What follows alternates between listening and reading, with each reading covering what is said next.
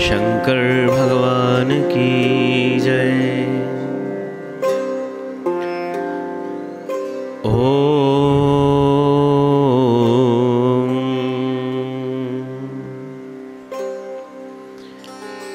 स्वस्ति श्री गणेशाय नमः।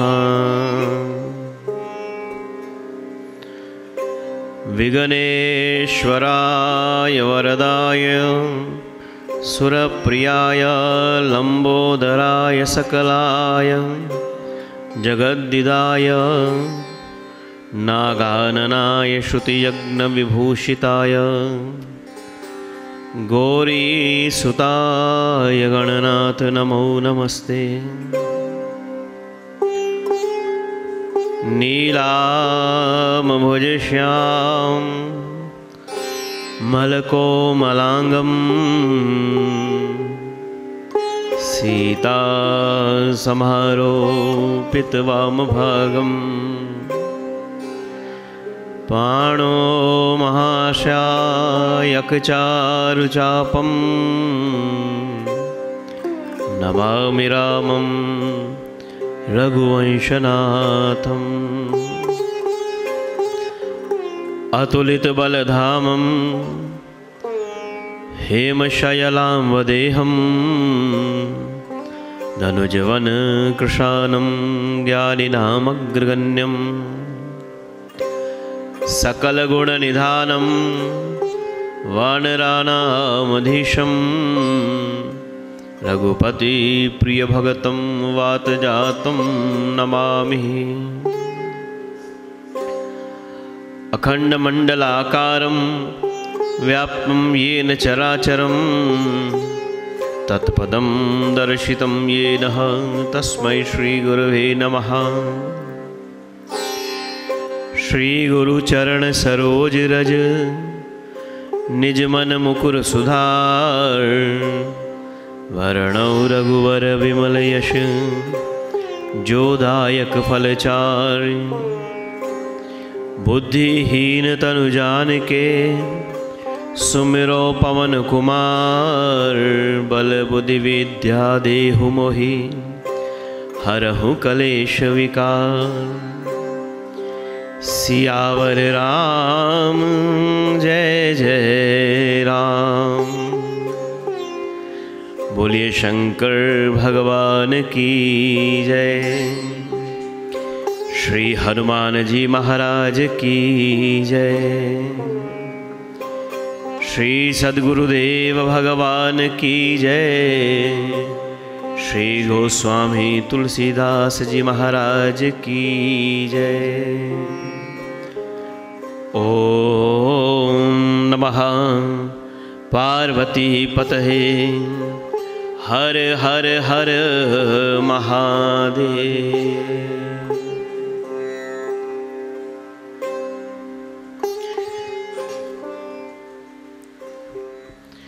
परम मंगलमय परात्पर अखिलेश्वर करुणा के अवतार भगवान शिव श्री रामचरितमानस अंतर्गत मानस के शिव इस भाव प्रवाह में नित्य प्रत्येक की भांति आइए यात्रा को प्रारंभ करें। सभी आचार्यों को प्रणाम करते हुए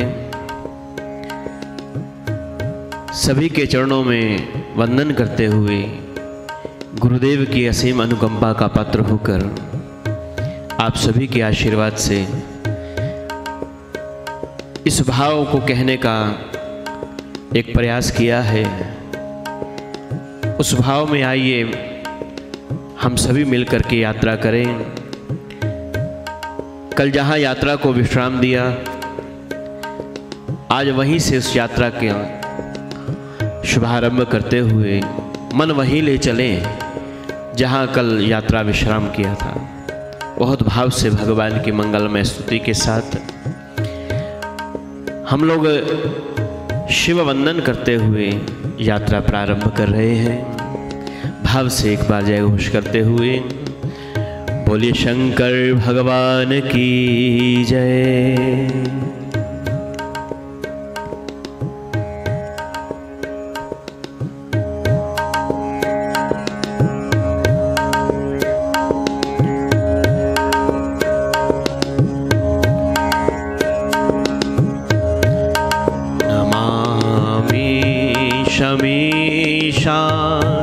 निर्वाणरूपं विभुं व्यापकं ब्रह्म वेदस्वरूपं नमामि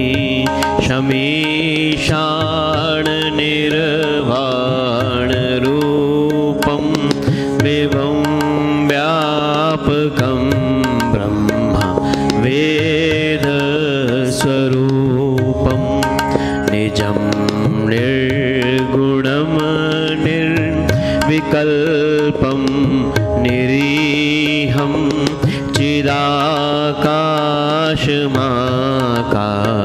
चिदाकाशमाकाशवासं भजेऽहं नमामि शमीशाननिर्वाणरूपं विभुं व्यापकं ब्रह्म वेदस्वरूपं निराकार ओंकार मूलं तुरीहं गिरा ज्ञानगोति तमीशं गिरीशं करालं महाकालकालं कृपालं गुणागार संसार पारं नतोऽहं नमामि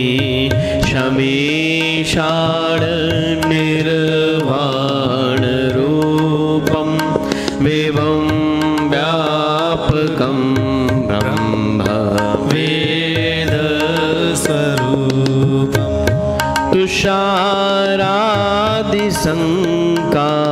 तुषारादिसङ्काशगौरं गम्भीरं मनोभूतकोटि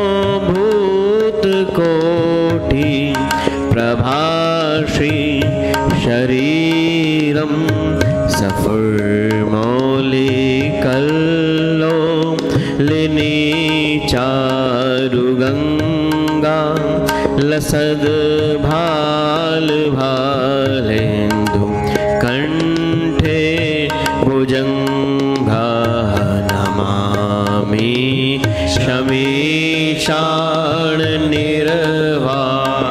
शमीशाननिर्वाणरूपं विभुं व्यापकं ब्रह्म वेदस्वरूपं चलत्कुण्डलं भ्रू सुनेत्रं विशालं प्रसन्नाननमनीलकण्ठं दयालं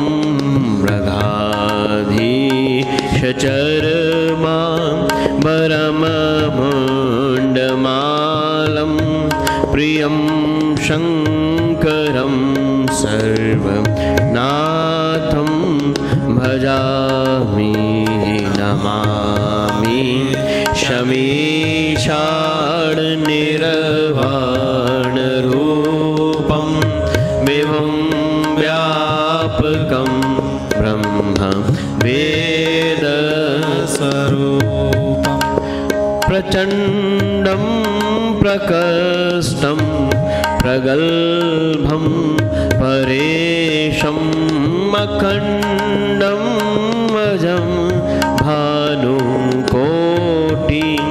प्रकाशं त्रैशूलनिर्मूलनं शूलपाणिं भजेऽहं भवानी पतिभावगम्यं नमामि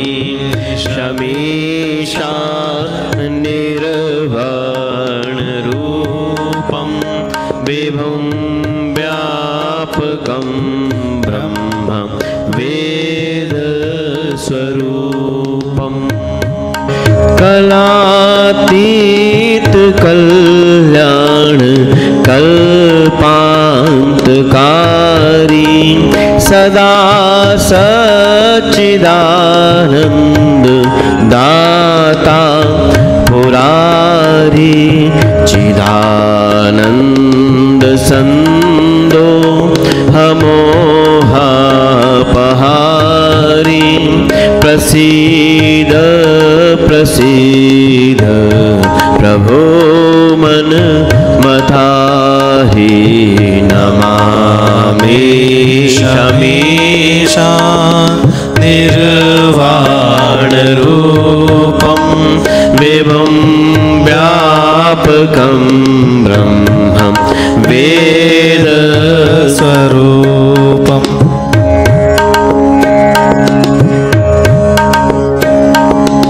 नयावदुमानाथ पादारविन्दं भजन्ति लोके परेवाणराणं न तावत्सुखं शान्तिसन्तापनाशं प्रसीद प्रभो सर्वभूतादिवासं नमामि शमीशान निर्वाण रूपं विभुं व्यापकं ब्रह्म वेद स्वरूपम् न जानामि योगं जपं नैव पूजां नतोऽहं सदा सर्वदा शम्भुतोभ्यं जराजन्मदुःखो दतातप्यमानं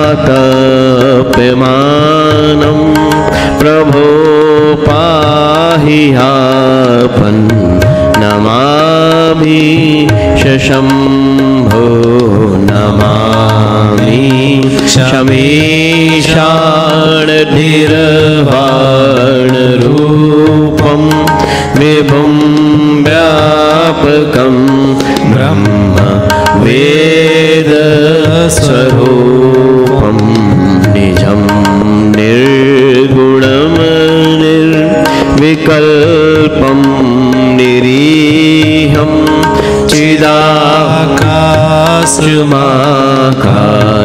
चिदाकाशमाकाशवासं भजे। नमः शिवाय ॐ नमः शिवाय नमः शिवाय ॐ नमः शिवाय नमः शिवाय ॐ नमः शिवाय नमः शिवाय ॐ नमः शिवाय।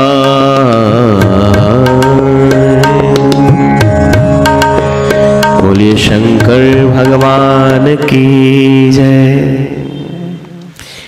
परम मंगलमय परात्पर अखिलेश्वर भगवान शिव, इस भाव के साथ हम लोग इस यात्रा में जुड़ रहे हैं।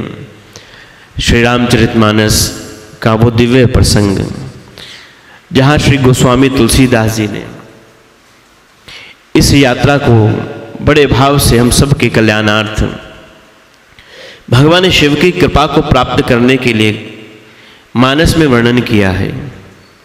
उसी यात्रा में आगे बढ़ते हुए हम लोग कल श्रवण कर रहे थे। माँ सती के यज्ञ मंडप में आने के पश्चात जब माँ ने वहाँ भगवान शिव की पूजा के भाग को नहीं देखा है, माँ ने उस शरीर को रखना भी अपने लिए ठीक नहीं समझा जिस शरीर ने शिव की निंदा को देखा है। वह शरीर उस युगाग्नि में जल करके समाप्त कर दिया। यज्ञ का विध्वंस हुआ और पुनः भगवान शिव की कृपा से यज्ञ की पुनर्प्रतिष्ठा किया गया। विचार करें कि इतना बड़े बड़े आचार्य होने के उपरांत भी यज्ञ में इतने विघ्न क्यों आए हैं? कारण केवल एक ही आचार्यों के द्वारा बताया गया। यज्ञ का उद्देश्य हमारी वैदिक सनातन परंपरा में हम जो भी कर्म करते हैं किसी उद्देश्य के लिए करते हैं। हम जब भी पूजा पाठ इत्यादि कर्म कांड में संलग्न होते हैं, हाथ में जल लेकर के संकल्प लेकर हम उस उद्देश्य के प्रति नतमस्तक होते हैं, उद्देश्य की पूर्ति के लिए उस कर्म को करते हैं। इस यज्ञ को करने का उद्देश्य केवल एक ही रहा, राजा दक्ष का भगवान शिव का अपमान करना। इस यज्ञ का उद्देश्य स्वार्थ, इस यज्ञ का उद्देश्य ईर्ष्या, इस यज्ञ का उद्देश्य शिव को अपमानित करना। हमारी बहुत सुंदर परंपरा है, उस परंपरा के अंदर यज्ञ का उद्देश्य स्वार्थ नहीं हो सकता। उस यज्ञ का उद्देश्य, प्रत्येक यज्ञ का उद्देश्य परमार्थ होना चाहिए। हम देखते हैं आज बहुत बड़े बड़े यज्ञ परमार्थ के नाम से होते हैं, लेकिन क्या परमार्थ हो पाता है उसमें, कितना परमार्थ हो पाता है, हम सभी लोग जान भी पाते हैं उसको। यज्ञ का उद्देश्य स्वार्थ ना होकर के परमार्थ होना चाहिए। जिस कार्य से किसी का लाभ होना चाहिए, जिस कार्य से समाज के प्रति समभाव होना चाहिए, जिस कार्य में सबके सुख का भाव निहित हो, ऐसा यज्ञ ही हमारे यहाँ यज्ञ की मान्यता के लिए प्रेरित किया गया है। यज्ञ में किस प्रकार की वस्तुएं हम अर्पित करते हैं, यज्ञ में हम जौ अर्पित करते हैं, यज्ञ में धान अर्पित करते हैं, यज्ञ में तिल अर्पित करते हैं, यज्ञ में घी और बूरा मिला करके यज्ञ की सामग्री को आहुति देने के लिए हम लोग तैयार करते हैं। बड़ा सुंदर आचार्यों का विश्लेषण है जी। जो हमारे यहाँ पीले रंग के जौ किस प्रकार की बुद्धि का प्रतीक बताए गए, बोले रजोगुण का प्रतीक है। भारतीय वैदिक सनातन परंपरा में जौ, तिल, घी, बूरा, धान प्लस इन सब को मिला करके यज्ञ के लिए सामग्री का निर्माण किया जाता है। आचार्यों का कितना सुंदर विश्लेषण है। जब हम धान लेते हैं, श्वेत रंग के धान हमारी सात्विक प्रवृत्ति का प्रतीक कहे गए, पीले रंग के जौ हमारे रजोगुण का प्रतीक कहे गए, काले रंग के तिल हमारी तमोवृत्ति का, तमोगुण का प्रतीक कहे गए, घी उसमें प्रेम का प्रतीक है और बुरा उसमें श्रद्धा का प्रतीक है। जब इन सब को मिला करके उन सब के साथ हम यज्ञ में आहुति देते हैं, आहुति माने समर्पण करना। किसके लिए? ये मेरे लिए नहीं है, ये उसके लिए है जिनके प्रति मैं श्रद्धावरत हूँ। ओम अग्नये स्वाहा इदम अग्नये इदम नमम, ये मेरा नहीं है। ये यज्ञ का जो उद्देश्य है वो परमार्थ की भावना से है। हमारे यहाँ जब भी पौराणिक काल में अनेक प्रसंग हैं, जब भी यज्ञ की पूर्णहुति का गोला ओम पूर्णमदः पूर्णमिदं पूर्णात् पूर्णमुदच्यते पूर्णस्य पूर्णमादाय पूर्णमेवावशिष्यते कह करके यज्ञ कुंड में पूर्णाहुति के लिए डाला जाता था। उसी समय यज्ञ की पूर्णता का संकेत यज्ञ मंडप में पड़ा हुआ शंख स्वतः ही बज करके ये संकेत देता था कि यज्ञ निर्विघ्न संपूर्ण हो गया। अनेक उदाहरण हैं। अब विचार करें यज्ञ कितने प्रकार के हैं। हमारे गृहस्थ आश्रम में, गृहस्थ के घर में 5 प्रकार की अपराध हिंसा ना चाहते हुए भी हमारे से हो जाया करती है। जहां पर हम चूल्हा जलाते हैं वहां पर हिंसा हो जाया करती है, जहां झाड़ू बुहारी देते हैं वहां हिंसा होती है, जहां पर चक्की का अन्न का स्थान है वहां हिंसा होती है, जहां पर ओखल है, धान इत्यादि कूटने का सामान है वहां हिंसा होती है, जल को रखने का स्थान है वहां भी हिंसा हो जाती है। अब हिंसा से अभिप्राय क्या मानना चाहिए? हिंसा से अभिप्राय ये नहीं है कि हम तलवार लेकर किसी का कत्ल कर दें या उसकी हत्या कर दें, ये हिंसा होगा। हमारी मनसा वाचा कर्मणा भी हिंसा की परिधि में आती है, यदि वो कर्म हमारी सनातन वैदिक परंपरा के अनुकूल नहीं है। हम यदि किसी से बुरा बोलते हैं ये हमारी वाणी की हिंसा है, किसी के लिए बुरा कर्म करते हैं ये हमारे कर्म की हिंसा है, किसी के लिए हमने विचार भी किया बुरा तो ये हमारी कर्म की हिंसा कही जाती है। इन हिंसा से मुक्ति पाने के लिए हमारे यहाँ आचार्यों ने 5 प्रकार के यज्ञ बताए हैं। ब्रह्म यज्ञ, पितृयज्ञ, देव यज्ञ, भूत यज्ञ और मनुष्य यज्ञ। ब्रह्म यज्ञ करें, अपने किए गए ज्ञात अज्ञात पापों की निवृत्ति के लिए ब्रह्म यज्ञ करें, उसमें पुराणों का स्वाध्याय करें, हम वेद शास्त्र का अध्ययन करें। फिर तर्पण करें अपने पितरों के लिए, देव यज्ञ करें देव पूजा करते हुए, भूत यज्ञ करें इन चींटियों को, चिड़िया को अन्न अनाज डाल करके। घर पर आया हुआ अतिथि यदि सत्कार हमारे द्वारा पाता है तो हमारा वह मनुष्य यज्ञ की परिधि में आता है। बड़ी सुंदर हमारी बहुत अच्छी परंपरा है। ना जाने क्यों हमारी परंपरा छोड़ करके हमारे अपने ही सनातन धर्म के लोग अन्य रास्तों पर चल रहे हैं। क्यों जा रहे हैं? हमारे आचार्यों ने कहा कि 3 प्रकार से हमको जीवन जीना चाहिए, अर्पण की परिधि में, तर्पण की परिधि में और समर्पण की परिधि में। अर्पण करते हैं देवताओं को, जिनकी कृपा से हमको मनुष्य की योनि प्राप्त होती है, जिनकी कृपा से हमारे घर में धन धान्य इत्यादि संपदा इत्यादि होती हैं, हम उनको अर्पण करें। वास्तव में देखा जाए हम अर्पण नहीं करते हैं, हम उनका ही उनको किसी न किसी भाव में वापस करते हैं। जी, तेरा तुझको अर्पण क्या लागे मेरा, ये भाव के साथ अर्पण की परिधि में एक जीवन जिए, दूसरा जीवन उनके प्रति जिए तर्पण की परिधि में आकर के। जिन पितरों के अंश से हम उत्पन्न हुए हैं उनके लिए भी हमारे जीवन में, हमारे मन में श्रद्धा का भाव लेकर के आना, उनकी सेवा, उनके लिए कामना करना, उनकी पूजा करना, ये तर्पण के भाव में किया जाने वाला कर्म है। फिर तीसरी परिधि हमारी समर्पण की। जिस समाज में हम लोग रहते हैं, जिस राष्ट्र में हम लोग रहते हैं, उस राष्ट्र के प्रति हमारे जो दायित्व हैं उनका निर्वाह करना भी हमारे लिए समर्पण की परिधि में है। हम अर्पण करें, तर्पण करें, लेकिन समर्पण का भाव ना हो तो भी हमारा जीवन नहीं कहा गया। जी, हम समर्पण करें उस राष्ट्र के लिए। हमने कल चिंतन किया है कि ये भूमि जो है ये एक मात्र मिट्टी का टुकड़ा नहीं है, ये भूमि मेरी माता है। इस भूमि में बड़े बड़े तपस्वी, बड़े बड़े योगीश्वर इस भूमि में खेले हैं, बड़े हुए हैं, ज्ञान की धारा प्रभाव बहा करके समाज को, देश को, राष्ट्र को उन्होंने ज्ञानार्थ किया है। इस भूमि को माँ कह करके संबोधित किया है। तो इसके लिए हमारा समर्पण का भाव, इसकी सेवा करते हुए उस भाव को पूर्ण करना है। यदि हम इसकी रक्षा में, ये केवल उसका दायित्व नहीं है जो बंदूक लेकर के सीमा पर खड़ा है जी, ये उनका दायित्व नहीं है, उनके कारण से हम सुखी हैं, लेकिन कुछ ना कुछ तो हमारा भाव बनता है। वो वहां पर खड़ा है तो हम समाज में खड़े होकर के समाज को शुद्ध करने का भाव रखें, समाज में हम लोग समर्पण का भाव रखें, एक दूसरे के प्रति सम का भाव रखें, सर्वे भवन्तु सुखिना की कामना रखें। यह हमारा समर्पण का भाव, हमारे समर्पण की परिधि में जीवन जीने को कहा गया है। समाज में यदि कोई संकट आया है, उस संकट का प्रत्याकार करने में के लिए यदि मैं उद्यत हूं, खड़ा हूं, तो भी मेरा वो समर्पित जीवन कहा जाएगा। बहुत पुरानी मैंने एक सुभाषित सुनी है बड़े बड़े आचार्यों के मुखारविंद से। जी, आचार्य गण कहते हैं, स्वदेश पतितम कष्टम दूरस्था लोकयंती नैव चाह प्रतिकुर्वन्तु तेन रा शत्रु नंदना। जब समाज संकट में होता है तब जो लोग उस संकट का प्रतिकार नहीं करते, तब वह सभी प्राणी जो है संकट को बढ़ाने वाले होते हैं। वर्तमान परिवेश में देखें, आज हमारे समाज को आवश्यकता है हम सब लोग अपने अपने घर पर रहें, ये समाज की आवश्यकता है। हम शासनीय व्यवस्था का पालन करें, ये समाज की आवश्यकता है। हम देखते हैं आज भी लोग उस शासन व्यवस्था का पालन ही नहीं कर रहे हैं। वो व्यवस्था किसी सरकार के स्वतः स्वार्थ के लिए नहीं है, वो हम सबके कल्याणार्थ है।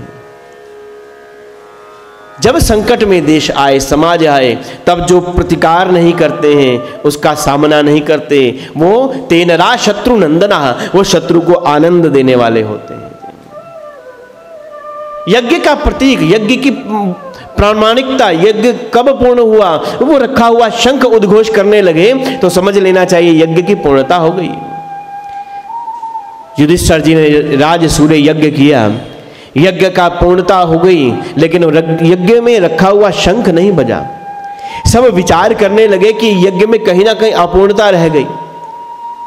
आचार्य गणों से पूछा गया, महाराज किस प्रकार की कोई अपूर्णता तो नहीं रही? बोले मंत्र के उद्घोषण में कोई अपूर्णता न रही, आहुति अर्पण करने में कोई अपूर्णता नहीं रही, किसी प्रकार की विधि में किसी प्रकार का कोई दोष नहीं है।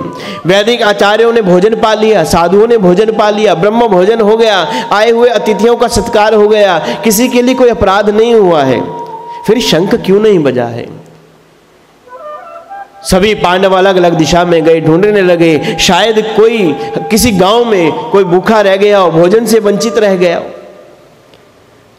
लौट करके आए, पता लगा कि हमारे पास के ही वन के अंदर एक महात्मा रहते हैं, उन्होंने भोजन नहीं पाया है। जब तक वो भोजन नहीं पाएंगे, प्रसाद नहीं लेंगे, तब तक यज्ञ की पूर्णता का संकेत ये शंख उद्घोष नहीं करेगा।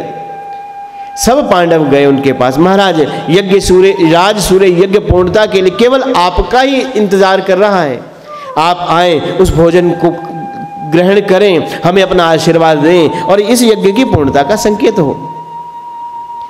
साधु के पास गए तो साधु कहे, मैं नहीं जाता किसी के यहाँ भोजन करने, मुझे तो यहाँ पर ला करके दे दे, मैं अपना बनाऊं अपना खाऊं, मैं किसी के यहाँ जाता नहीं हूं। युधिष्ठिर आदि पांडवों ने बहुत अनुनय किया तो कहने लगे कि हम तब एक कारण से जा सकते हैं, जब कोई मुझे अपने 500 यज्ञों का फल आकर संकल्प करके मुझे अर्पण कर दे, तब मैं उनके साथ भोजन के लिए जा सकता हूं। पांडव के, महाराज अभी तो एक यज्ञ की पूर्णता नहीं हुई, आप 500 यज्ञों की बात करते हैं। लौट करके अपने महल में आए, द्रौपदी ने कहा कि उदास क्यों है, सारी घटनाक्रम बता दिया। द्रौपदी कहती है कि मैंने ऐसा सुना है कि यज्ञ केवल आहुति अर्पण करना, अग्नि कुंड में अर्पण करना, वो तो एक यज्ञ है ही है, लेकिन जब कोई कथा कीर्तन सत्संग साधु दर्श के लिए जाता है, वो भी एक यज्ञ का ही भाग कहा जाता है। यज्ञ के भाग के उसी रूप में स्वीकार करते हुए चले साधु महात्मा के यहाँ। कहते हैं कि जब अपने महल से चले और साधु जी के महात्मा जी की कुटिया में गए, तब अनेकों कदम चल करके गए, द्वार पर जाकर के प्रणाम किया महात्मा जी को, महाराज आपने आज्ञा दिया है कि कोई व्यक्ति यदि 500 यज्ञों का फल आपको भेंट करे तब आप उसके यहाँ भोजन के लिए पधारेंगे, आप हाथ में जल लीजिए, मैं अपने 500 यज्ञों का फल आपको अर्पण करती हूँ। सब लोग हैरान हैं कि एक यज्ञ पूर्ण नहीं हुआ, तुम 500 यज्ञों का फल कैसे अर्पण कर पाओगे? द्रौपदी कहते हैं, महाराज ऐसा सुना है, भगवान कृष्ण कहते हैं कि संत दर्श करने के लिए जाए, जब कोई एक एक पग चलता है, एक एक पग चला हुआ भगवत दर्शन के लिए, संत दर्शन के लिए अपने घर से एक यज्ञ के समान, वह पूर्ण यज्ञ के समान फल देने वाला होता है। महात्मा जी ने स्वीकार किया, भोजन वहां ग्रहण किया और यज्ञ की पूर्णता का संकेत वहां रखा हुआ पांचजन्य शंख बजने लगा है। यज्ञ हमारे यहाँ अपहरण की संस्कृति नहीं है, यज्ञ समर्पण का भाव है। राजा दक्ष ने यज्ञ किया अपहरण की संस्कृति के कारण से, ईर्ष्या के भाव से, स्वार्थ के कारण से, शिव निंदा के कारण से यज्ञ को पूर्ण करना चाह रहा है, लेकिन कहाँ हो पाया जी वो यज्ञ पूरा? जो गति शिवद्रोही की होनी चाहिए, गोस्वामी जी केवल एक ही पंक्ति में इस प्रसंग को पूर्ण कर देते हैं। जो गति शिवद्रोही की होनी चाहिए वही गति दक्ष की हुई है जी। सती जी का पूरा शरीर जल करके भस्म हो गया। देखिए, मानस के अंदर दो पात्र ऐसे हैं जो कथा से संबंधित हैं, एक श्री सीता जी हैं और एक श्री सती जी हैं। श्री सीता जी अशोक वृक्ष के नीचे जलना चाहती हैं, लेकिन जलने से बच पाई। ऊपर वृक्ष पर बैठे हुए श्री हनुमान जी ने राम कथा का गायन किया और कथा जलती हुई सीता को बचा पाई। और एक तरफ श्री सती जी हैं, भगवान शिव उनको कथा सुना रहे हैं, लेकिन कथा की अवहेलना अवज्ञा करके पिता के घर गई तो कथा की उपेक्षा करने के कारण से बचती हुई सती जल करके भस्म हो जाती है। प्रार्थना करते हुए सती जी ने अपने शरीर को छोड़ा है, लेकिन कहते हैं मानस के आचार्य की प्रार्थना वो किया कि अगले जन्म का निर्धारण हो गया जी। हमारे जीवन के अंतिम क्षण कैसे होने चाहिए, शास्त्र इंगित करते हैं हमको। जीवन का अंतिम क्षण कैसा होना चाहिए? अंत काले च मामेव स्मरण मुक्ताम कलेवरम।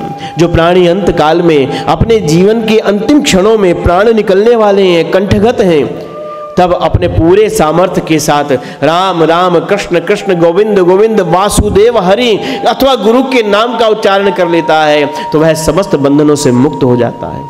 लेकिन याद रखिए, अंत काल में उसकी गति तब हो पाएगी जब उसको इस प्रकार का जीवन जीने का अभ्यास होगा।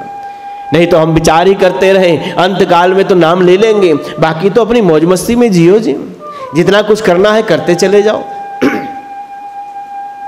अंत काल जब आएगा तब तो नाम ले पाएंगे, तब नाम लेंगे और बच जाएंगे जी सब चक्करों से। लेकिन क्या कोई जान पाया है अंत काल कब किसका आएगा जी? हमारे गुरुदेव लिखते हैं, लगा हर श्वास पर पहरा मौत का बेखबर सुन ले, पता क्या है कौन सी श्वास को तेरी ये मौत चुन ले। नहीं जान पाते हैं। 6 वस्तुएं परमात्मा अपने हाथ में रखते हैं, हानि लाभ यश अपयश जन्म और मरण। इन 6 वस्तुओं के विषय में हम लोग जान ही नहीं पाते हैं। विधाता के हाथ में है, कब किसको हानि होनी है, कब किसको लाभ होना है, कब किसको यश मिलेगा, कब अपयश होगा, कब किसका जन्म होगा और कब किसका मरण होगा जी। अंत काल की स्थिति कौन जान पाया जी? और कब कौन जान पाया अंतकाल कब किसका आएगा? एक क्षण में जो जीवित दिखता है, अगले ही क्षण में उसकी मृत्यु का सूचना आ जाती है। ये सब चला चली का मेला है जी। जो जन्म लेते हैं वो मृत्यु प्राप्त करने के लिए ही जन्म लेते हैं। सती ने जो जन्म छोड़ा है, अंत काल के भाव को स्वीकार करते हुए गोस्वामी जी ने सती के शब्दों में कहा कि सती ने क्या भाव रखा अपने मन के अंदर। सती मरत हरिसन बर मांगा। सती जल रही है, योगाग्नि में शरीर जल रहा है, लेकिन भाव क्या है? अंतकाल की गति, अंतकाल की मति सगति के आधार पर सती भाव में अपने आप को जोड़ती हैं कि सती मरत हरिसन बर मांगा। जन्म जन्म शिव पद अनुरागा, ते ही कारण हिमगिरि ग्रह आई, और जन्मी पार्वती तनु पाई। ते ही कारण, और कोई कारण नहीं है, वही कारण है। जलती हुई सती ने सती मरत हरिसन बर मांगा, जन्म जन्म शिव पद अनुरागा। सती जी की ये भावना है। आइए सती जी के अंतिम जो भाव है उन भावों में अपने भावों को मिलाएं। हमारे भी भाव भगवत चरणों में समर्पित हो जाएं। भगवान जब भी हम जन्म लें आपकी कृपा को प्राप्त कर पाएं। अन्यथा तो इस जन्म का, मानवीय जन्म का और मनुष्य के, पुरुष के, पशु के जन्म में कोई भिन्नता नहीं है। खाना पीना पशु भी करता है, खाना पीना मनुष्य भी करता है। खाना पीना, भूख लगती है तो खाएगा, ठंड गर्मी इत्यादि लगेगी, पशु भी कहीं सुरक्षित हो जाएगा, हम भी कहीं सुरक्षित हो जाएंगे। हम भी संतान उत्पत्ति करते हैं, पशु भी संतान उत्पत्ति करता है, लेकिन पशु और मनुष्य में केवल इतना ही भेद है, हम विचार कर सकते हैं, पशु विचार नहीं कर सकता। हम एक एक पग पर विचार करें, क्या हमारा जन्म इसीलिए हुआ है? क्या हमारा जन्म उन 4 पुरुषार्थों को प्राप्त करते हुए इस यात्रा को पूर्ण करने के लिए नहीं हुआ? गुरुदेव की बहुत सुंदर वाणी है। गुरुदेव कहते हैं समय कम है, काम बहुत है, मौका केवल एक ही मिलने वाला है। इससे पहले हम क्या थे नहीं जान पाते, पूर्व जन्म में क्या थे, अगले में क्या होंगे हम नहीं जान पाएंगे। हमारी प्रार्थना ही हमारे अगले जन्म का निर्धारण करती है। आइए बहुत भाव से प्रार्थना में संलग्न होते हैं। जो जहाँ है उस भाव में, इस भाव को स्वीकार करें कि यही हम हमारे श्रोता और वक्ता के बीच में एक आंख मिलाने का बड़ा सुंदर साधन है। हम सामने बैठ कर के ही कथा कर रहे हैं। बहुत सुंदर भाव में प्रार्थना के हम लोग सामूहिक रूप से करते हैं। भगवान शिव के चरणों की प्रार्थना जी। बोले शंकर भगवान की जय। भगवान शिव की प्रार्थना करते हुए सती जी के शब्दों में अपनी वाणी को मिला करके चलते हैं। शिव शंभु मुझे अपने चरणों से जुदा ना करना, जीना भी इसी दर पे। इस दर पे हमें मरना। शिव शंभु मुझे अपने चरणों से जुदा ना करना। जीना भी इसी दर पे,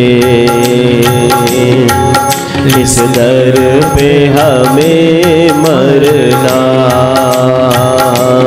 जीना इसी दर पे, इस दर पे हमें मरना।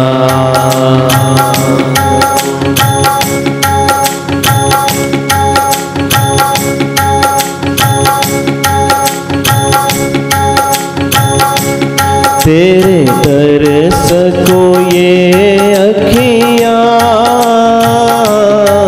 दिन रात तरसती है। तेरे दर्श को ये अखियाँ दिन रात तरसती है। सावन की घटा बन कर भोलेनाथ बरसती है। सावन की घटा बन कर भोलेनाथ बरसती है। सावन की घटा बन कर भोलेनाथ बरसती है। सावन की घटा बन कर भोलेनाथ बरसती है। अब तो इन पलकों में तुम बंद रहा करना। अब तो इन पलकों में तुम बंद रहा करना। शिव शंभु मुझे अपने चरणों से जुदा ना करना। जीना भी इसी दर पे, इस दर पे हमें मरना। जीना भी इसी दर पे, इसी दर पे हमें मरना। भक्त के भाव हैं। भगवान कृष्णावतार में किस प्रकार, रामावतार में किस प्रकार सब पर कृपा करते हैं। भक्त कह रहा है,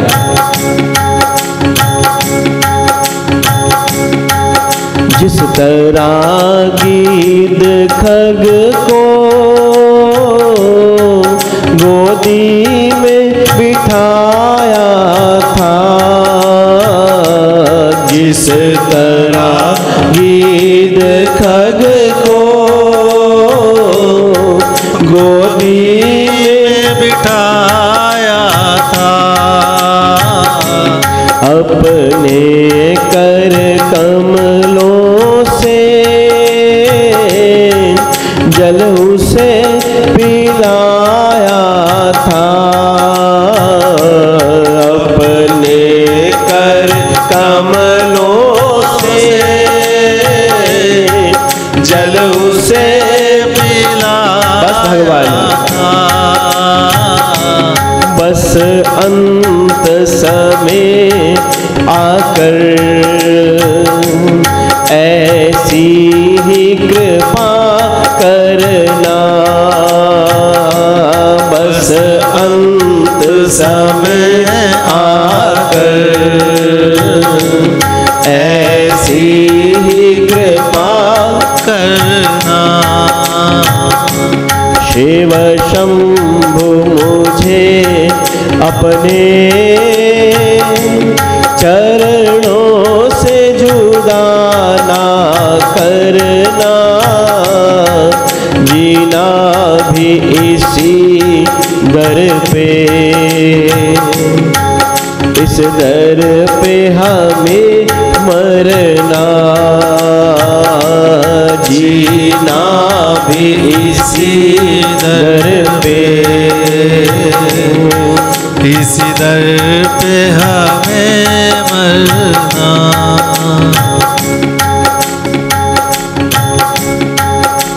भक्त ने कहा भगवान कृष्ण से,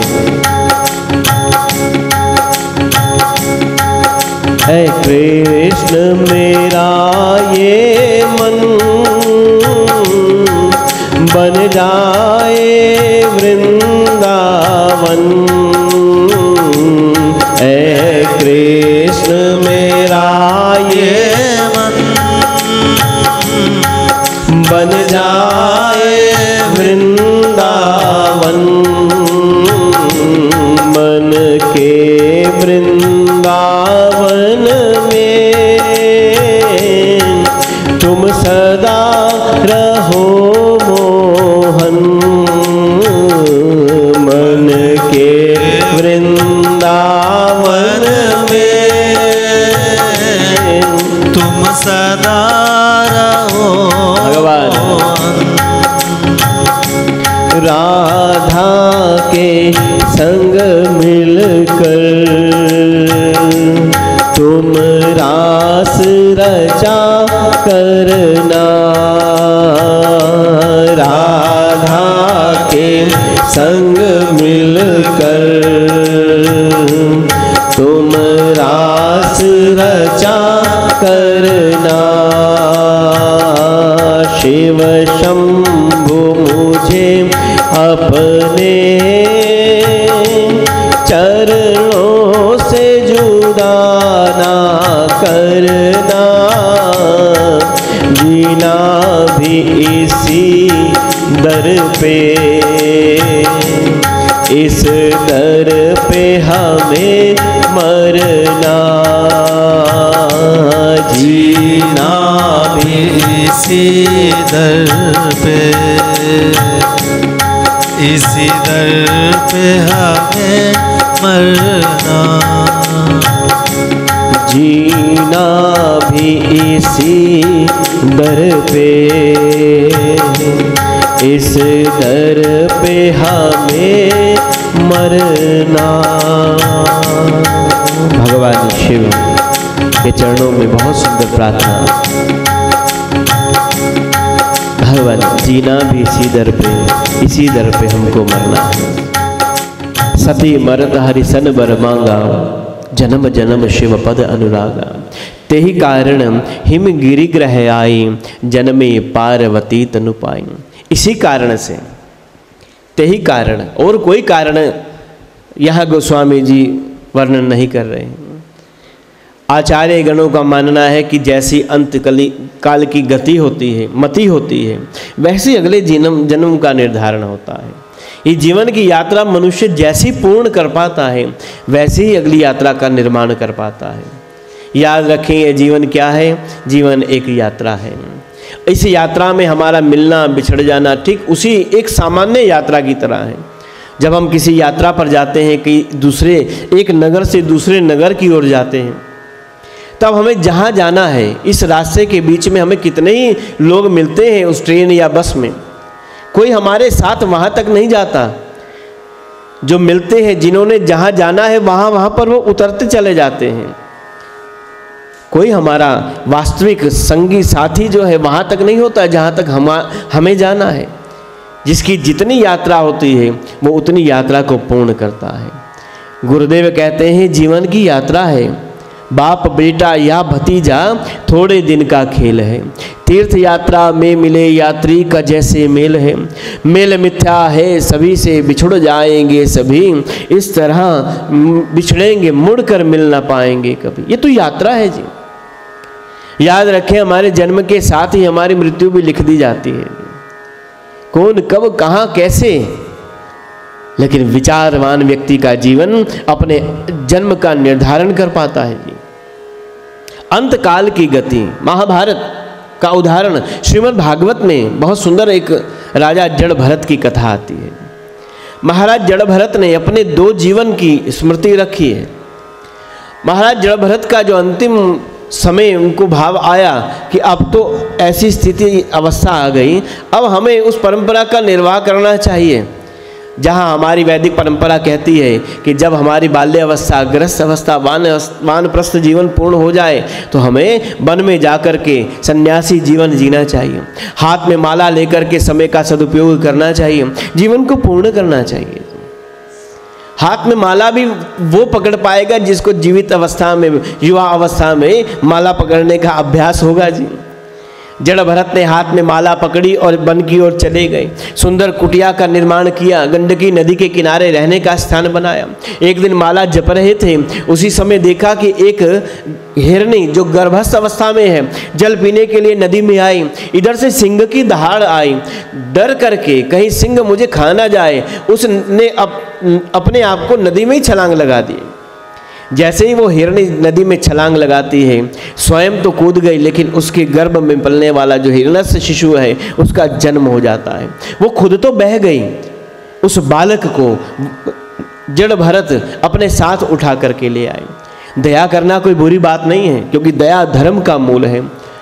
दया सब पर करें, लेकिन जड़ भरत जी दया के साथ साथ उस हिरण के बच्चे को मोह भी पाल करके बैठ गए। इतना प्रेम हो गया, जिस हाथ में माला जपते थे उस हाथ की माला तो छूट गई, अब केवल हिरण का बच्चा ही ध्यान में रहा जी। हर समय हिरण का चिंतन, हाय मेरे हिरण के बच्चे ने कुछ खाया या नहीं खाया, उसके भोजन की चिंता, उसके जल की चिंता। वो कहाँ थोड़ी देर के लिए आंख से खो जाए तो मन घबरा जाता था जी उनका, कहाँ चला गया। इतना प्रेम, इतना बंधन हो गया उससे। एक दिन समय आया, हिरणों का झुंड आया, हिरण का बच्चा उन झुंड में मिलकर के उसके साथ चला गया। अब राजा भरत हिरण के वियोग को सहन नहीं कर पाए। जीवन का अंतिम क्षण आया तो जहां राम मुंह पर होना चाहिए वहां पर हिरण का चिंतन करते हुए प्राणों का त्याग किया जी। अंतमति साह गति के आधार पर जड़ भरत जी ने अगला जन्म हिरण का ही पाया, लेकिन पूर्व जन्म के संस्कार उस हिरण की योनि में रहे। जहाँ कथा होती वहीं जाकर के बैठ जाते, जहाँ साधुओं का संग होता वहीं जाकर के समय को पूर्ण करते। वहाँ धीरे धीरे धीरे कथा कीर्तन में अपनी हिरण की योनि को पूर्ण किया और अंत में यही प्रार्थना किया, मनुष्य का जन्म प्राप्त हो और मैं फिर से इस पुनरपि जननम पुनरपि मरणम पुनरपि जननी जठरे शयनम से हे भगवान मैं मुक्त हो जाऊं। मनुष्य का जन्म पाया है, उसमें भी भागवत जी में बड़ी अच्छी कथा आती है।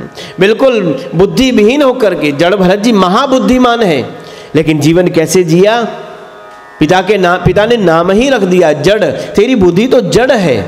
भरत नाम रहा उनके पिताजी ने रखा, लेकिन बुद्धि से ऐसा उन्होंने अभिनय किया कि मुझे कुछ भी नहीं मालूम, इसलिए नाम उनका रखा गया जड़। जड़ भरत हो गया जी।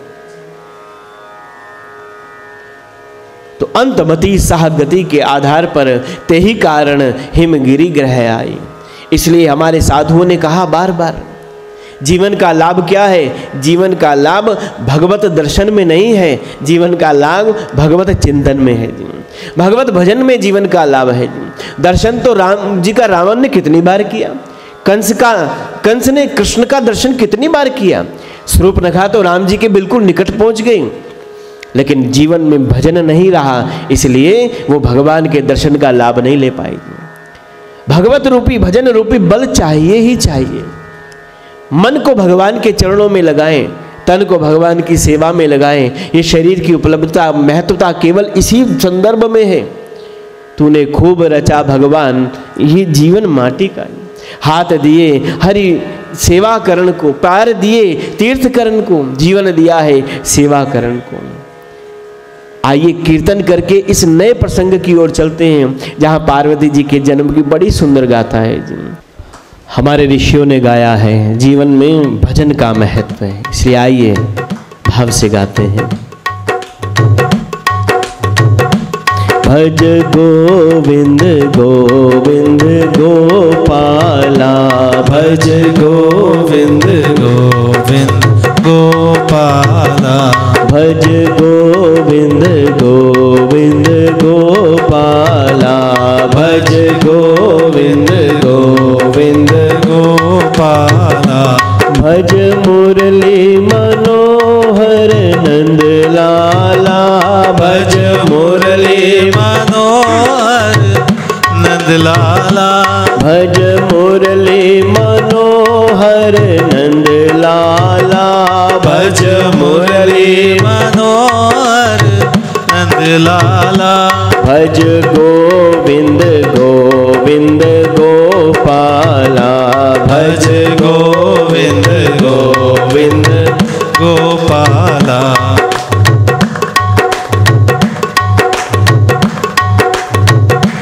तेरी मुरली ने कैसा जादू डाला, तेरी मुरली ने कैसा जादू डाला, तेरी बंसी ने कैसा जादू डाला, तेरी बंसी ने कैसा जादू डाला, मन झूमे होकर मतवाला, मन झूमे होकर मतवाला, मन झूमे होकर मतवाला, मन झूमे होकर आप से गाइए जी। मतवाला, भज गोविंद गोविंद गोपाला, भज गोविंद गोविंद गोपाला, भज गोविंद गोविंद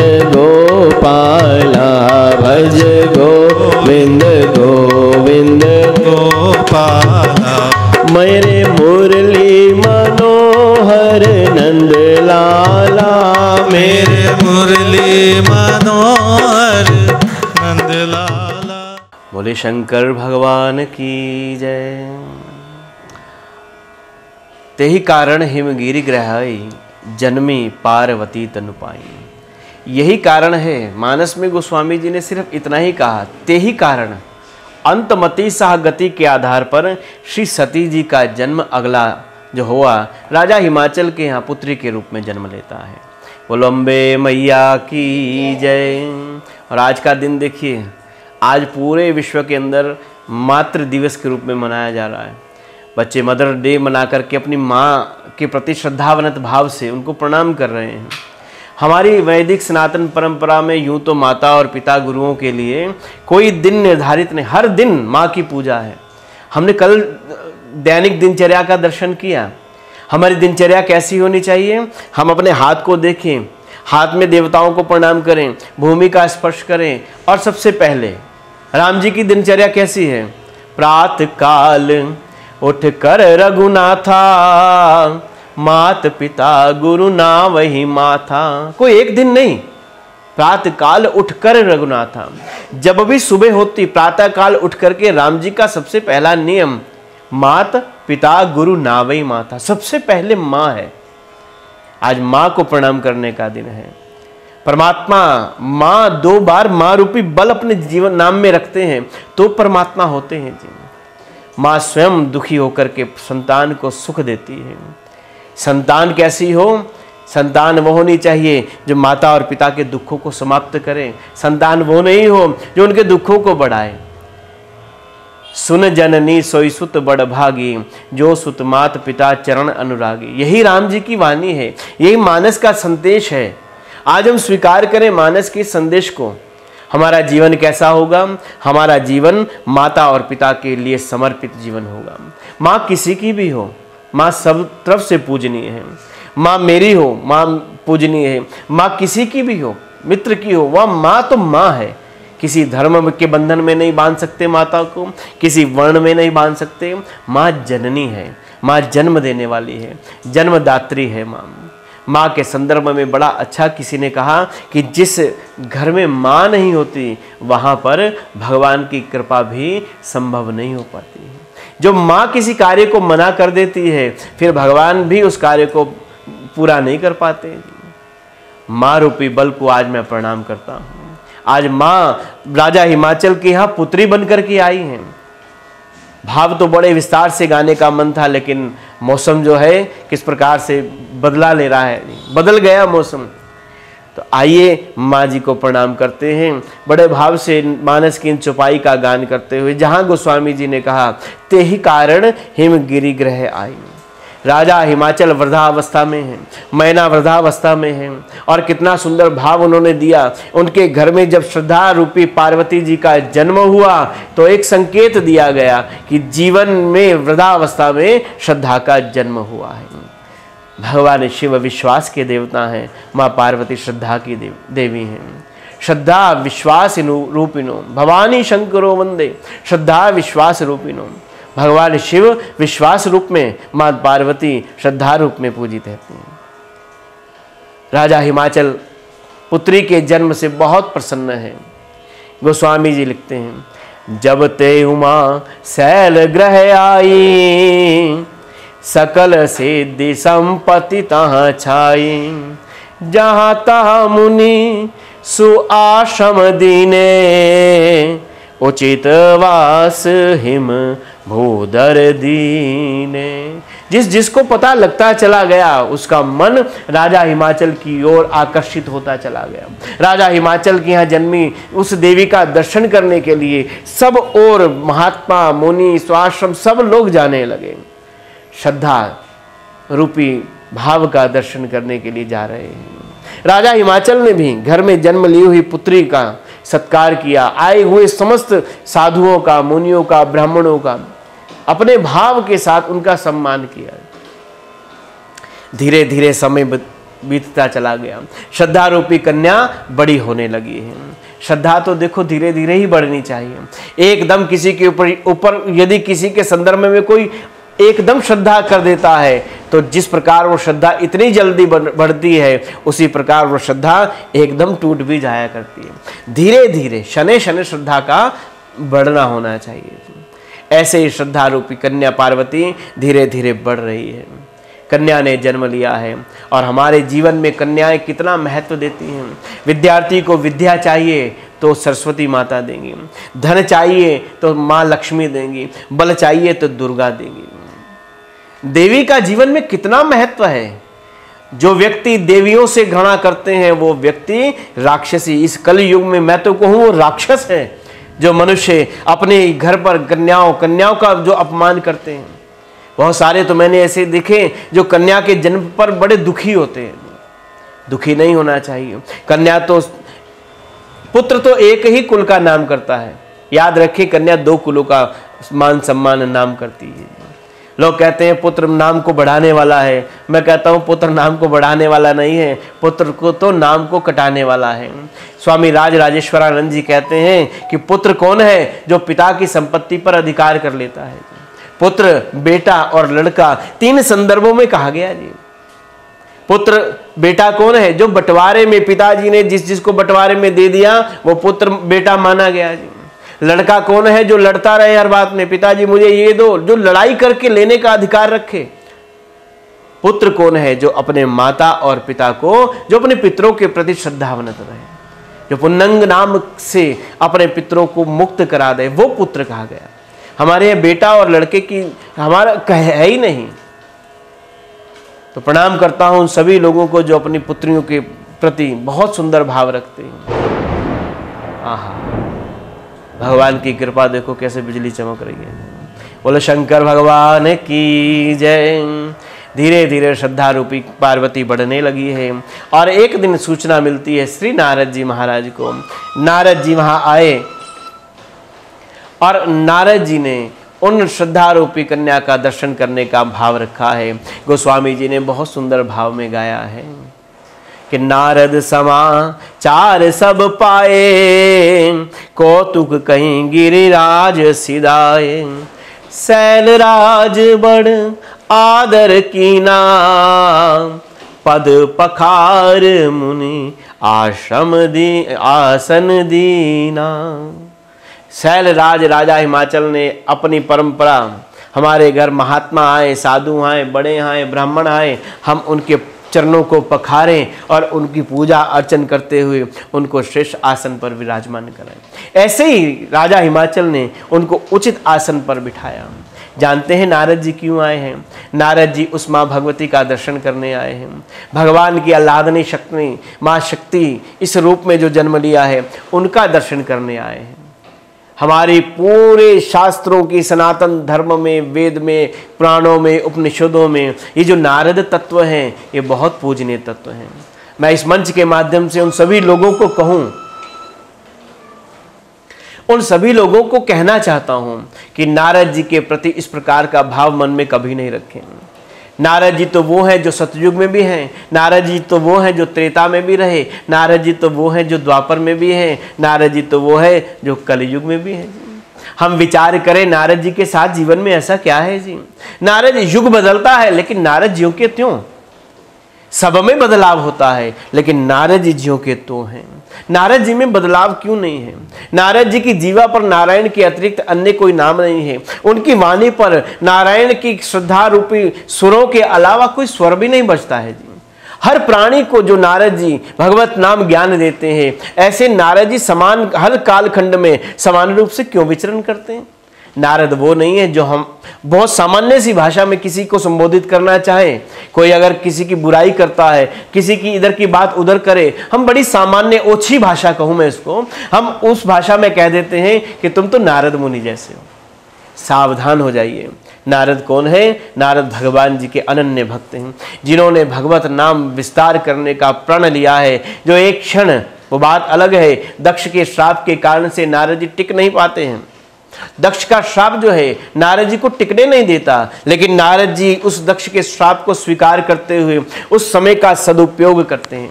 नारद जी हर किसी को नारायण नाम का ज्ञान देते हैं। नारद जी क्यों है सतयुग में? नारद जी द्वापर में, त्रेता में, कलयुग में विचार करने का विषय है। नारद जी हैं कौन? नारद जी आज नारद दिखाई देते हैं, लेकिन नारद जी के पूर्व जन्म की 2 जन्मों की कथा आज उनको नारद बना देती है। पूर्व जन्म में, पूर्व से भी पूर्व जन्म में नारद जी स्वर्ग लोक के गंधर्व रहे, वहां ऋषि का अपमान कर दिया तो भूमि पर एक मानव योनि में जन्म लेने का उनको श्राप मिला।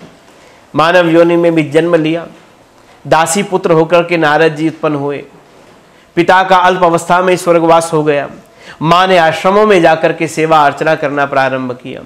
ऋषियों के यहाँ जाकर के सेवा करते, जो उनका जूठन भोजन बच जाता उनको प्रसाद के रूप में ग्रहण करते। एक बात सावधानी से आप स्वीकार करें, हमारे गुरु का, हमारे ऋषियों का जो जूठा भोजन होता है वो भोजन जूठन नहीं होते, वो उनका शीत प्रसाद होता है, उसको अवश्य ग्रहण करना चाहिए। नारद जी अपनी माता के साथ वही काम करते हैं। ऋषि मुनियों का भोजन उसको प्रसाद रूप में ग्रहण करते हैं। जैसा खाए अन्न वैसा हो जाए मन, ये हमारी एक सूत्र है जीवन का। जैसा अन्न होगा वैसा ही जीवन हो जाएगा।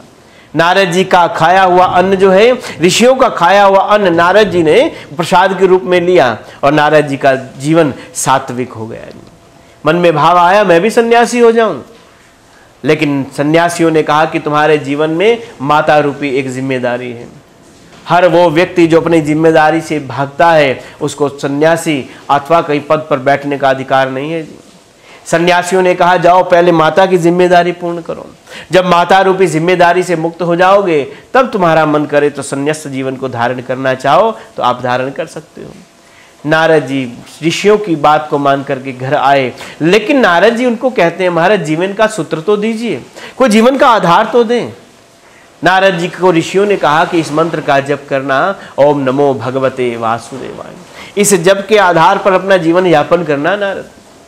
नारद जी इस जप को करते और माँ की सेवा करते।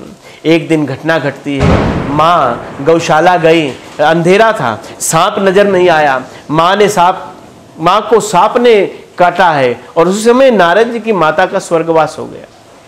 समस्त प्रकार की दैनिक उनकी क्रियाएं को पूर्ण किया और जिस दिशा में महात्मा लोग गए थे नारद जी उसी दिशा में चल पड़े।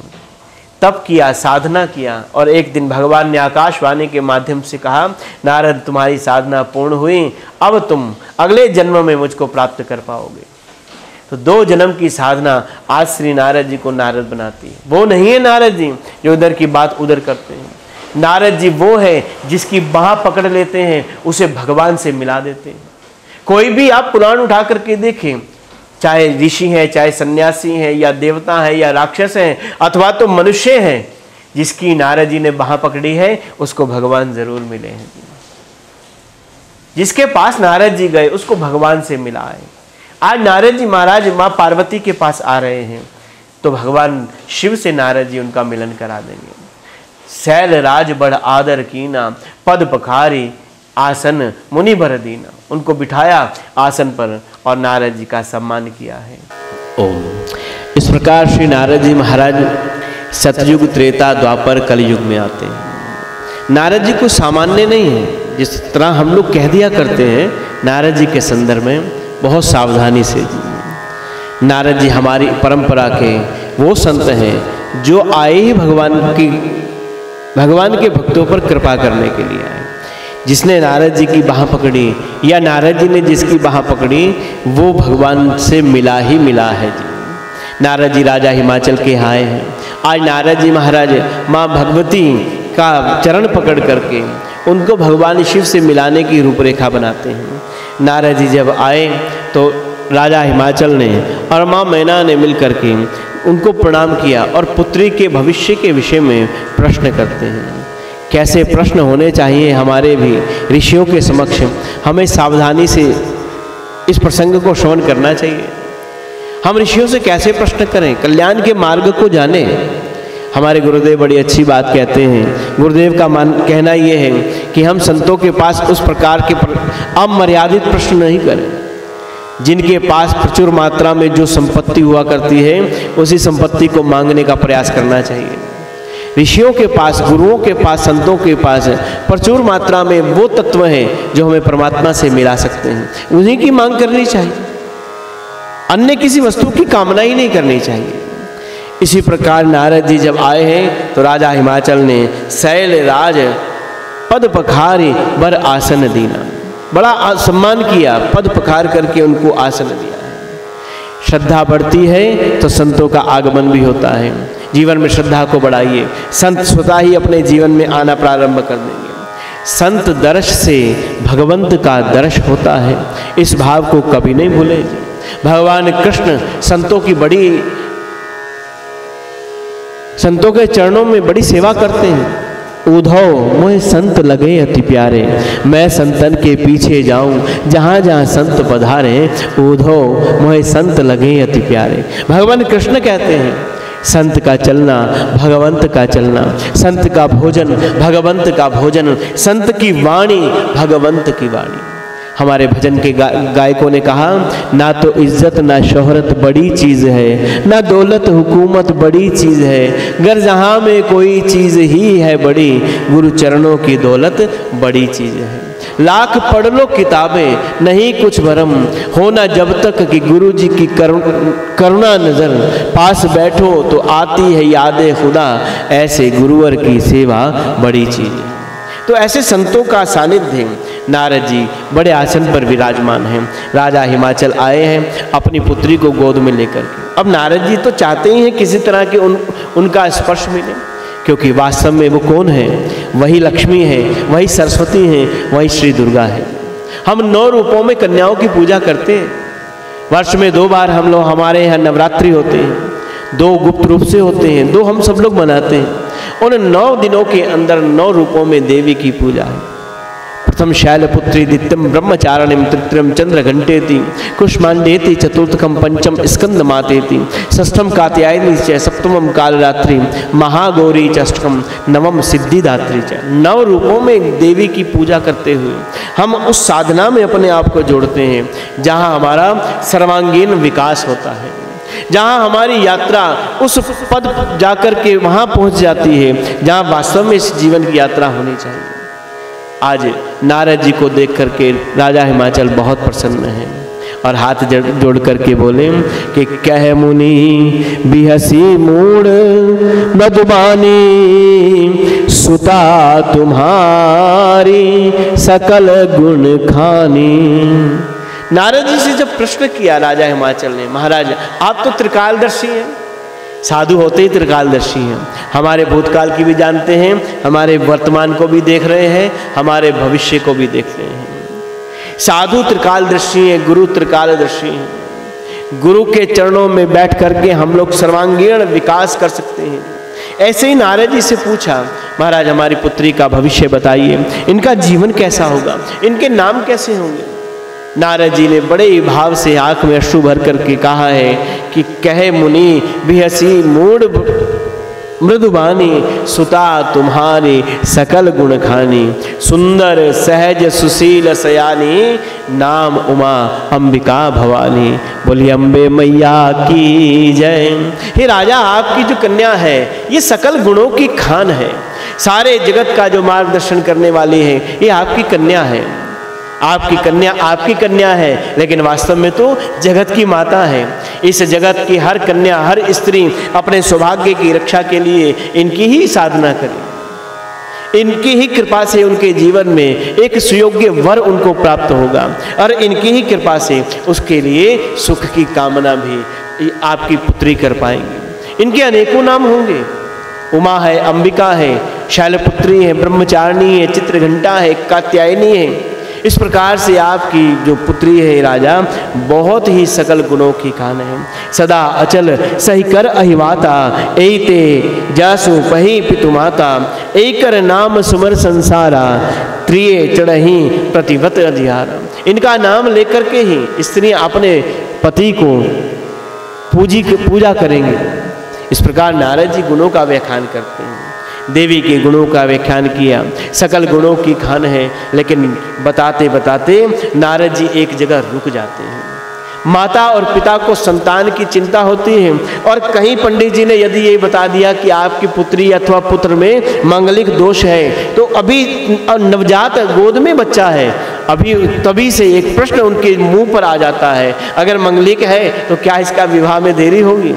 अभी बच्चा नवजात है, एकदम ये प्रश्न, विवाह का प्रश्न आ जाता है। जैसे ही नारद जी बोलना बंद करते हैं, एक क्षण के लिए चुप हुए, राजा हिमाचल और मैना के मन में भाव आ गया कि महाराज आप शांत क्यों हो गए, जरा बताइए तो सही, हमारी पुत्री का जो आप भाग्य बता रहे हैं इसका गृहस्थ जीवन कैसा होगा, इसका पति कैसा होगा, इसका ससुराल कैसा होगा, इसका अगला जीवन जो है विवाह पश्चात वो कैसा होगा। नारद जी ने जो कहा है, गोस्वामी जी कहते हैं नारद जी की वाणी को राजा हिमाचल मैना समझ नहीं पाए। नारद जी ने कहा, अगुण अमान मात पितुहीना, उदासीन सब संशय छीना, उदासीन सब संशय छीना, जोगी जटिल काम मन नगन अमंगल वेश, अस स्वामी ऐकर मिलही परिहस्त असिरेख। गोस्वामी जी कह रहे, नारद जी ने जो कहा राजा हिमाचल मैना उस तत्व को समझ नहीं पाए। अगुण होगा, अमान होगा, माता पिता से हीन होगा, सामान्य बुद्धि के तरह इन शब्दों का विश्लेषण करने लगे। लेकिन नारद जी किनके संदर्भ में कहना चाह रहे हैं? नारद जी कह रहे हैं इनके जो पति होंगे अगुण होंगे, अमान होंगे, माता पिता से हीन होंगे, उदासीन होंगे और सब संशयों से छीन होंगे। लेकिन सामान्य बुद्धि कहाँ जान पाती है जी, इतनी गूढ़ भाषा को, संतों की वाणी का अर्थ लगाना हमारे बस की बात नहीं। नारद जी कह रहे हैं इनका पति जो होगा अगुण होगा। राजा हिमाचल मैना ने सुना अगुण होगा अर्थात उसमें कोई गुण नहीं होगा, अमान होगा जिसको मान और सम्मान की कोई चिंता ही नहीं होगी क्या, माता और पिता से हीन होगा अर्थात आप कहना चाहते हो नारद जी वो अनाथ होगा क्या, उदासीन होगा और सब संशयों से हीन होगा। क्या नारद जी आप ये कहना चाहते हो मेरी पुत्री का सौभाग्य नहीं, विवाह पश्चात मेरी पुत्री का दुर्भाग्य लिखा है? नारद जी का आगे तो सुनो, आगे मैंने पूरी बात नहीं की। जोगी जटिल अमान मन नगन अमंगल वेश, जब इतना कहा दोनों तो रोने ही लगे थे। हाय राम, हमारी पुत्री का इतना भयंकर अगला जीवन होगा, गृहस्थ जीवन। लेकिन नारद जी इसका जब विश्लेषण करते हैं तब जाकर के मैना और राजा हिमाचल भगवान शिव के प्रति समर्पित भाव रखते हैं। नारद जी क्या कहना चाहते हैं? नारद जी राजा हिमाचल को किस प्रकार से और पुत्री को किस प्रकार से भगवान शिव की ओर जोड़ते हैं, हम इस मानस के शिव यात्रा में कल दर्शन करेंगे। आज हम इस नारद जी और राजा हिमाचल को यहाँ विराम देते हैं। दोनों बैठ कर के माँ सती, माँ पार्वती के अगले जन्म जो ग्रस्त जीवन है उसकी व्याख्या नारद जी किस संदर्भ में करते हैं कि कैसा उनका चिंतन है, हम लोग कल दर्शन करेंगे। इस बात के साथ आज वाणी को विराम देते हैं। नारद जी उस तत्व को लेकर के आए हैं जो पार्वती जी के साथ हमारे जीवन में भी इस सूत्र को देता है, जो भी मनुष्य भगवान के लिए समर्पित होता है भगवान अवश्य ही उस पर कृपा करते हैं। बोले शंकर भगवान की जय। इस वाणी को आज यहाँ विराम देते हुए आइए भगवान की मंगल आरती को करते हैं। एक दो बार हरि नाम सिमरण करते हैं। बोलो सियावर रामचंद्र भगवान की जय। भगवान की परम मंगलमय आरती सभी लोग भाव से करें। ओम जय शिव ओंकारा, भोले हर शिव ओंकारा, ब्रह्मा विष्णु सदा शिव, भोले भोलेनाथ महाशिव, अर्धांगी धारा। ओम हर हर हर महा, एकानन चतुरानन, पंचानन राजे, हंसानन गरुड़ासन, वृषवाहन साजे। ओम हर हर हर महादेव। दो भुज चार चतुर्भुज, दस भुज ते सोहे, तीनों रूप निरखता, त्रिभुवन जन मोहे। ओम हर हर हर महादेव। अक्षमाला वनमाला, मुंडमाला धारी, चंदन मृग मद सोहे, भाले शशिधारी। ओम हर हर हर महादेव। श्वेतांबर पीतांबर, बागंबर अंगे, सनकादिक ब्रह्मादिक, भूतादिक संगे। ओम हर हर हर महादेव। कर में श्रेष्ठ कमंडल, चक्र त्रिशूल धरता, जग करता जग हरता, जग पालन करता। ओम हर हर हर। ब्रह्मा विष्णु सदा शिव, जानत अविवेका, प्रणवाक्षर के मध्य, ये तीनों एका।